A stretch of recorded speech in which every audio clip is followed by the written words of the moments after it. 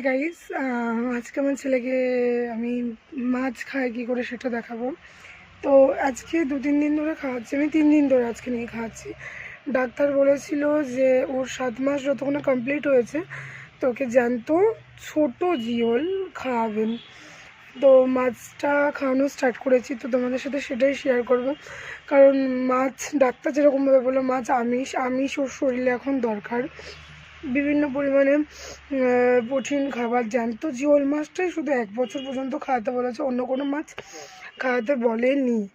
তো মাছটা কী করে আজকে খাওয়াবো সেটা তোমাদের দেখাবো। মানে ওর দুপুরে যেই ডিনার বলছি, দুপুরে যেই লাঞ্চটা আমি ওকে প্রত্যেক দিন প্রিপেয়ার করে দিই সেটাই দেখাবো। কিন্তু সেটার সাথে মাছটা কী করে অ্যাড করেছি সেটাও তোমাদের সাথে শেয়ার করবো। তোমাদের বেবিদের যদি 7 মাস কমপ্লিট হয়ে যায় তোমরা অবশ্যই তাদের জিওল মাছ খাওয়াতে পারবা।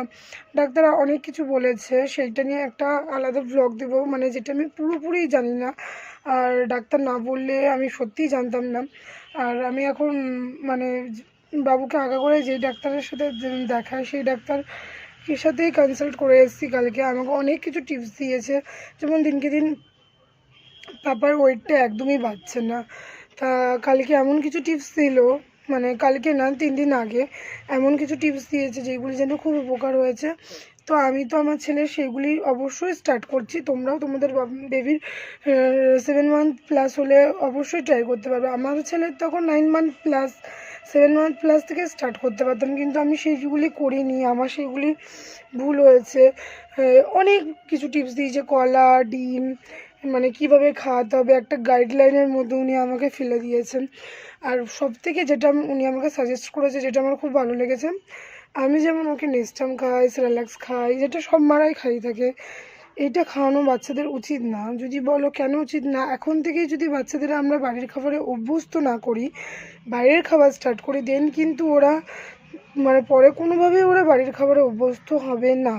যেটা আমার বাবার প্রবলেম হয়েছে, ওকে আমি বাড়ির কোনো খাবারেই ওকে মানে খাওয়াতে পারছি না। তাড়াতাড়ি বন্ধ করার চেষ্টা করছি, কিন্তু বন্ধ করবো বললেই তো হবে না। এখন তো ওর সাথে আমি জোর দেখাতে পারছি না যে না তুই এটা খা, না তুই ওটা খা, ও সেটা বোঝে না।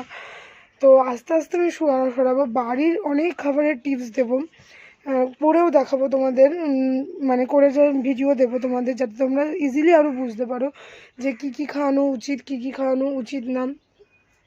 আর উনি আমাকে যে লাঞ্চের রেসিপিটা যেমনভাবে বলেছে, আজকে যেই লাঞ্চের রেসিপিটা বাবুর জন্য বানাবো, তো ওটা খুবই ইম্পর্টেন্ট, খুবই ভালো, যেটা খেলে বাচ্চার শরীরও ভালো থাকবে আর প্রচণ্ড খাবারটায় ভিটামিন প্রোটিন আছে, আর যেটা হেলদি, মানে পুরো হোমমেড, যেটার মধ্যে বাইরের আমি কোনো কিছু অ্যাড করব না, যে মানে যে হোমমেড হলো বাচ্চার পক্ষে, বাচ্চার শরীরের পক্ষে খুবই স্বাস্থ্যকর। তো আমিও তোমাদের আজকে শুধু এই কথাটাই বলবো যে যারা যারা বাচ্চাদের বাইরের খাবার খাওয়াচ্ছ তারা টোটালি বন্ধ করো। বাইরের খাবার বাচ্চাদের খাওয়ানো একরকমই ভালো না। আর 6 মান্থ প্লাস হলে বাচ্চাদের আমরা সলিড ফুড স্টার্ট করি, কিন্তু 7 মান্থ প্লাস থেকে বাচ্চাদের অনেক ধরনের খাবার ট্রাই করতে হয়, বাড়ির খাবার। তো সেটা তোমরা হয়তো জানো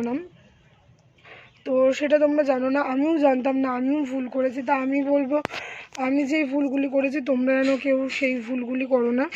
তো কি কি খাওয়াবো সবই তোমাদের সাথে শেয়ার করব।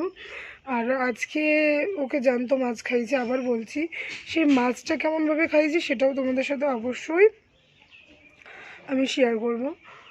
তো পুরো রেসিপিটা তোমাদের দেখাচ্ছি, আশা করি তোমরা বুঝতে পারবা। আর এরপর থেকে প্রত্যেক দিন এখন আমি চেষ্টা করব ওকে যেই নতুন নতুন খাবারগুলি খাওয়াচ্ছি তোমাদের সাথে সেইগুলি শেয়ার করার জন্য। তোমরা অবশ্যই ভিডিওগুলি দেখো, ভিডিওগুলি না দেখলে বুঝতে পারবে না। আর আজকে বাবাকে খাইয়েছি যেমন নর্মালি প্রত্যেক দিন চাল ডাল দিয়ে খিচুড়ি খাওয়াই, সেই চাল ডালের খিচুড়ি খাইয়েছি, আর তার সাথে মাছ কীভাবে অ্যাড করেছি সেটাই দেখাবো। ডাক্তার আমাকে যেমনভাবে বলেছে এখন আমি তেমনভাবে খাবারটা বানাই। আর বাড়িতেও হোমমেড আমাকে অনেক কিছু সেরেলাক্স বানাতে বলেছে, উনি আইডিয়া দিয়েছে, তো সেইগুলো আমি খুব শীঘ্রই বানাবো। তো ঝটপটে দেখো কীভাবে আজকে আমি ওকে মাছটা দিই। তো আমি এখানে 2 ঘন্টা আগে চাল ডাল ভিজিয়ে রেখেছিলাম, যতটা পরিমাণে চাল নেবা ঠিক ততটা পরিমাণেই ডাল নেবা, ডালটা বেশি হয়ে গেলেও কোনো অসুবিধা হবে না। আর এটা নর্মাল চাল যেটা আমরা বাড়িতে খাই। আর ভেজিটেবলসের মধ্যে নিয়েছি মিষ্টি কুমড়ো, পেঁপে, আলু, এই 3টে ভেজিটেবলস আমি অ্যাড করি। তোমরাও 3টেই করবা, তার বেশি করবা না, কারণ বেশি ভেজিটেবলস অ্যাড করলে না গ্যাস হওয়ার সমস্যা থাকে। তো এই দেখো এখানে প্রেশার কুকারে চাল, ডাল, সব ভেজিটেবলসগুলি দিয়ে দেবো। আর সামান্য পরিমাণে আমি নুন অ্যাড করেছি, কারণ নুনে আয়োডিন থাকে। আমি ডাক্তারের কাছ থেকে সাজেস্ট করেছে বলে আমি নিয়েছি। নুন দিলে সেরকম কোনো ডাক্তার বললো নুনে আয়োডিন থাকে, কোনো প্রবলেম হবে না। একদম নুন না দিলে শরীরে আয়োডিনের ঘাটতি হবে। তো সব ভেজিটেবলসগুলি দিয়ে জলটা একটু পরিমাণে বেশি দেবো, যাতে পরে জলটা একটু এক্সট্রা হয়, তার কারণটা আমি পরে তোমাদের দেখাবো। তো আমি প্রেশার কুকারে 5টা সিটি দেবো। 5টা সিটি দেওয়ার পর নামাবো। আর আমি একটা মাঝারি সাইজের জিওল মাছ নিয়েছিলাম। আমি 2টো মাছ নিয়েছিলাম, একটা মাছ মারা গেছে, তার জন্য ওই মাছটা আর পাপার খাবারে দিই নেই। তো প্রত্যেক দিন আমি মাছটা কেমন করে দিই, ওকে হালকা সর্ষের তেল দিয়ে ভেজে দিই। তা দিদি বলল, না বোন তুই আজকে ভাজিস না, সিদ্ধ করে দে, কারণ তেলটা এই বয়সে ওকে দেওয়াটা খুব একটা ভালো হবে না। তো আমি নুন হলুদ মাখিয়ে মাছটাকে ভালোভাবে ফুটিয়ে নিয়ে সিদ্ধ করে নেব। সিদ্ধ করে নিয়ে কাটা ছাড়িয়ে মাছটাকে চাল ডালের যখন পেস্ট করব মিক্সিতে তখন দিয়ে দেবো।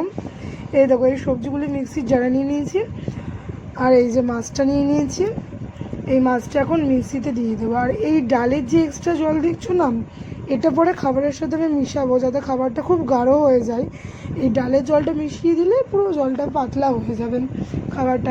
আমি সবসময় খাবারটা একটু ঠিক বানাই, যাতে বাবু ইজিলি খেতে পারে, কারণ গাঢ় হলে ওরা এখন খাওয়াটা ঠিক পছন্দ করবে না।